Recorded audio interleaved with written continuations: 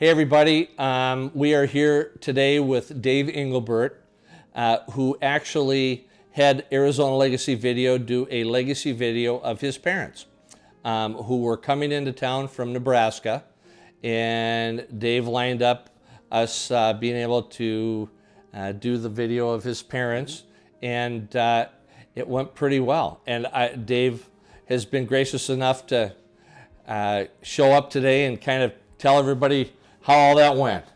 And thanks, Greg. It did go really well. Not without its bumps, and most of those were having to do with my parents themselves.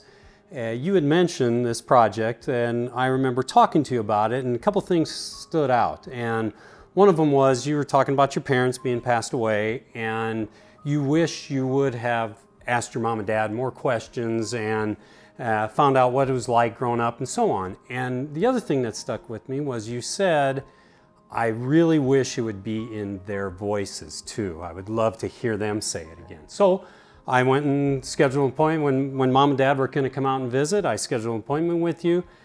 Prior to that, my nieces and nephews had given my parents a book full of questions to answer about their childhood and all kinds of things.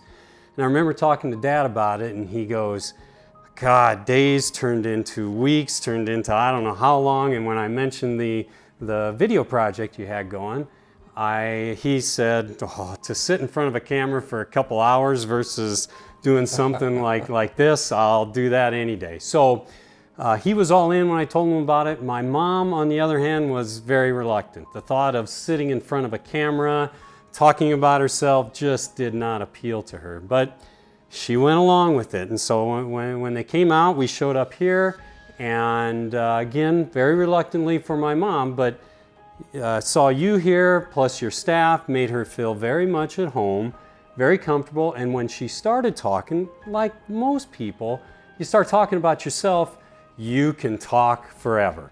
And working off of my dad, those two going together back and forth, made for a great conversation in front of the camera. It was funny. Dave called me when they're on their way, actually in the car over here, and he said, hey, I just want to tell you again, my mom, she's not going to want to say anything. And so I just told Dave, hey, let me handle it, and we will see what happens. Well, when they got here, we just started having a conversation. I had made some popcorn, I think, and we started eating a little popcorn and just talked a little bit beforehand. And then once we started, it was funny because here this woman that didn't want to say anything, 2 hours later, she was still telling stories. Exactly, and even after the fact. Prior to our meeting, she didn't even want to mention it. She was hoping it would go away. Afterwards, she was still talking about it. Oh, this was good. Maybe we should have done this. Oh, this was great. And when we saw the final product, she was very, very happy and thrilled she went through the whole experience. So. I got a call from Dave. His parents had given this to Dave and his siblings for Christmas. And Dave, there's 5 of you, is that correct? There is, yes. Uh-huh. And so, are you in the middle kind of? Or yeah, I'm the second oldest. So. All right, so Dave called me and he said, Greg, I have 2 things to tell you. One, all my siblings called me and said they cried when they watched it. And 2, and this one really stuck with me, is that there were stories in there that none of them had heard before. And the interesting part about that is, we've had this happen several times in our legacy videos where we're not family members, and so we've got a process we go through, and I've spent years and years and years developing the questioning, the way we do it, the way we go about it, and it really brings out these stories, and it brings out, as you know now, it brings out ones that the family might not have even heard before, because we have triggers that we kind of ask questions and then let people just go, and it was great. Oh, exactly. I had one of my brothers said, I don't know how many times I said, I didn't know they did that. When did they do that? I've never heard that one before. And it was fantastic. Plus, I've got a younger sister, almost 20 years younger than me, 18 years younger. And at the time, she had, I think she was pregnant with her third, had 2 more under the age of 4 or 5. she called and said, "Oh my, this is priceless. Who do I owe for this?" Because she's got kids that may not, dependent, mom and dad are near an 80 and just above, and who knows how long they will be around, and with my nieces and nephews. So again, priceless was one of the words they said. So, and I had another brother who said it took about a minute and I was a blubbering mess. So, well, and I love when people are blubbering messes. I mean, that makes us happy.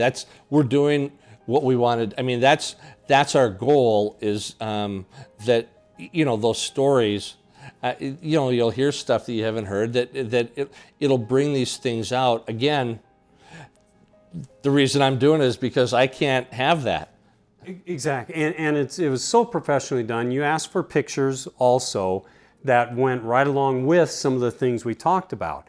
And you folded them in real well. As mom and dad were talking, there'd be pictures of the farm, pictures of tractors, their first car, and some of these other things, which just bring to life even some of their stories they were telling.